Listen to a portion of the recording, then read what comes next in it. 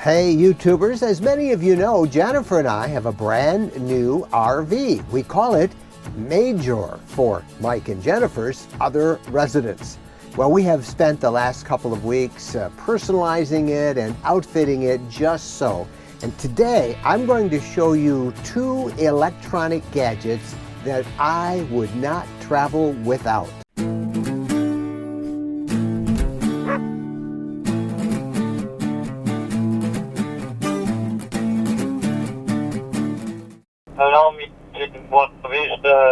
I've already installed several things. My amateur radio, 2-meter and 440 VHF UHF transceiver, which always gives me strong communications backup when needed. And I showed you in another video how we replaced the stock radio in our Mercedes-Benz Sprinter Roadtrek CS Adventurous XL. But those aren't what I want to talk about in this video. In this video, I want to talk about a cell phone booster and a top-of-the-line dash cam system. These are two gadgets that I would not travel without as we crisscross North America as digital nomads reporting on the RV lifestyle. Let's start with the dash cam. Now, I need a dash cam system for two reasons. One, for safety and security. In the result of an accident, a dash cam provides irrefutable evidence about who was at fault. And in case of a break-in, a dash cam can also capture the people responsible. And that's a big help to police as they try and recover any of your lost property. But there's a second reason. As a videographer, I like to take a lot of photos of the routes that we're traveling. I like to share them with you, to document our travels, to show you what we're seeing out the front window, to share our experiences and the sights of North America as we travel. Now, I've had several different dash cam systems over the years, but with this new RV, I wanted a true top-of-the-line, capable of giving me the best video that you can possibly get from a dash cam. And that's why I picked this. This is the Blackview. It is the DR900S. It is 4K video, ultra high definition. The system consists of two cameras. Now, the main one mounts on the windshield just under the mirror. It has a very wide 162-degree field of view, and it delivers that 4K ultra high def resolution. And it records it to an internal memory card, but also this can back up to the cloud, and it can be accessed via Wi-Fi on your tablet or your smartphone through a special app that Blackview has. And from there, you can save or export or do whatever you want with those videos, accessing them without having to take the card out of the camera. Now, there is a second camera. I used this camera for another view, and I mounted mine back about 6, 8, 10 feet on the bulkhead just inside the sliding door on the passenger side.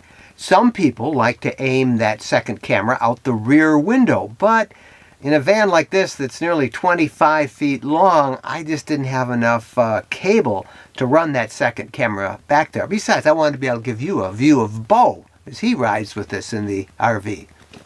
Now, at about $500, this Blackview system is overkill for a lot of different RVers. Most of you don't need anything this sophisticated. Like I said, I want something that I can count on, that's reliable, and delivers high-quality video. That's why I picked this. But at $500, well, you can probably find lots of other ways to spend your $500 if a dash cam is not a top priority for you. Now, that takes me to the second gadget that I would not travel without, and that is the cell phone system. Now, a couple of weeks ago, I did a video that showed you some Wi-Fi boosters and cell boosters and the different systems that I was considering to put in our new RV. Well, this is the one that I chose. It's the Solid RF Mobile Force 4G. It sells for just under $300, and that's about $60, $70 less expensive than the comparable model that's on the market from a company called WeBoost that I previously had. This is from a Canadian company that's trying to make some inroads in the cell phone booster market. I really liked what I saw, But I also like the fact that they were really willing to work with me in trying to figure out the biggest problem I had with this system, and that namely was, where do you put the antenna? Now, I had already determined that I wanted an over-the-road type trucker antenna. They just do a better job than those little tiny plastic ones that are only a couple inches long, the little mag mount. I wanted a real antenna that would get the maximum amount of signal out of those cell phone signals it was boosting. So why did I choose this Mobile Force 4G from Solid RF instead of, say, a WeBoost or one of the other companies that I was considering? Well, truth told, it's because the company was willing to really work with me in choosing the best place to mount the antenna. And where to put it is the biggest challenge when you're installing a robust cell booster antenna system in a Class B camper van like we have. Well, Solid RF looked carefully at the roof of our van, and they ended up fabricating a mount just for us that would attach to one of the solar panel's frames without having to drill a hole through the roof of the antenna.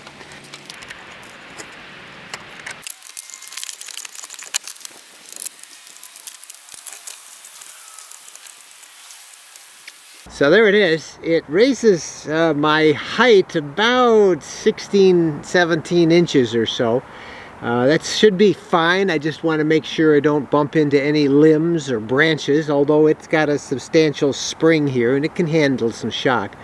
It's got a nice 360 degree radius that's unobstructed, a great ground plane here.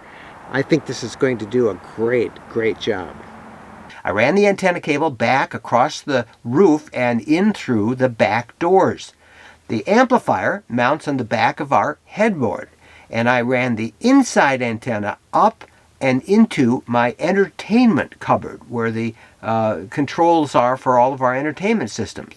I placed my Jetpack data card from Verizon in that same cabinet where it is very close to the indoor antenna, and thus it picks up that boosted signal. And then, of course, the Jetpack creates its own Wi-Fi hotspot for us inside the RV. So how does it work? Well, let's do a comparison. I ran a speed test in an area with a poor cell signal. Download speed was a miserable 1.24 Mbps. Upload speed, which I depend on to send photos, video, and audio files, barely moved at 0.09, basically unusable. But when I plugged in the booster, here are the results. Download speed jumped to 10.4 Mbps. Upload speed to a very robust 6.83 Mbps. I couldn't be more pleased. So there you go, a new dash cam system. You'll be seeing all of the video I shoot with that as we start our travel season here for 2019 in just a couple of weeks. And a brand new cell phone booster. That's how I'm going to get all my reports and my videos when we're out in the middle of nowhere boondocking. I'll use that cell phone booster to get a great signal and be able to send it back to YouTube or the podcast or whatever platform we're uploading to. So I'm pretty excited about all of this stuff. I will obviously tell you if I find some things down the road with either one of these systems that makes me tarnish my optimism a bit, but so far so good. And as you saw with the cell phone tests, it seems to be doing a really good job.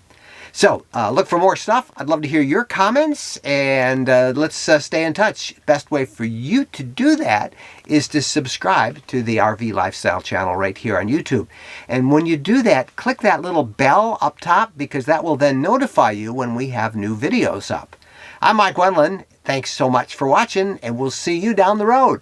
Happy trails.